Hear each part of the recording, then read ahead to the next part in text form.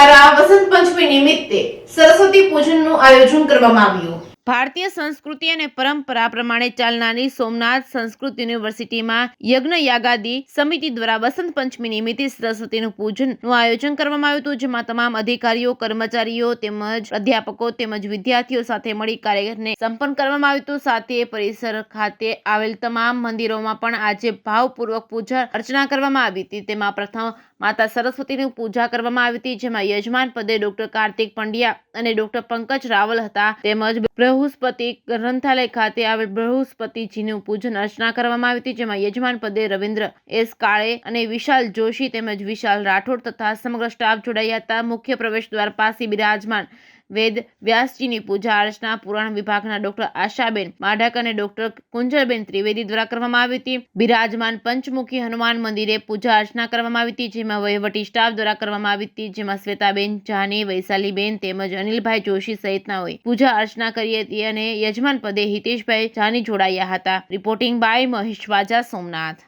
શ્રી સોમનાથ સંસ્કૃત વિશ્વવિદ્યાલય ભારતીય સંસ્કૃતિ અને પરંપરા પ્રમાણે ચાલનારી એકમાત્ર સંસ્કૃત યુનિવર્સિટી છે ગુજરાતની, જે A+ ધરાવે છે અને સરસ્વતીની ઉપાસના કરનારા અહીંયા વિવિધ શાસ્ત્રના વિદ્વાન લોકો દ્વારા આજે વસંત પંચમીનો વિશેષ ઉત્સવ મનાવવામાં આવ્યો, જેમાં પ્રભાસ જ્યોતિ શૈક્ષણિક ભવન ખાતે સરસ્વતી માતાની પ્રતિમા સમક્ષ દરેક પ્રાધ્યાપકશ્રીઓએ, વિદ્યાર્થીઓએ અને દરેક કર્મચારીઓએ મા ભગવતી શારદાની ખૂબ ભાવપૂર્વક પૂજા અર્ચના કરી।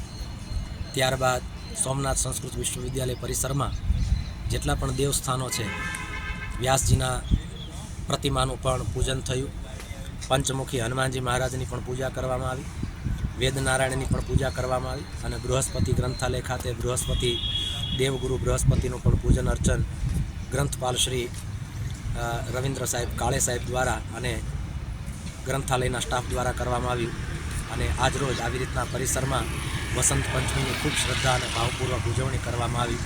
સરસ્વતીની ઉપાસના કરનારા લોકો ખૂબ આનંદ અને પ્રમોદિત જણાતા હતા। સૌએ ભાવપૂર્વકમાં ભગવતી શારદાનું પૂજન અર્ચન કર્યું અને ધન્યતા અનુભવી। સૌનો ધન્યવાદ।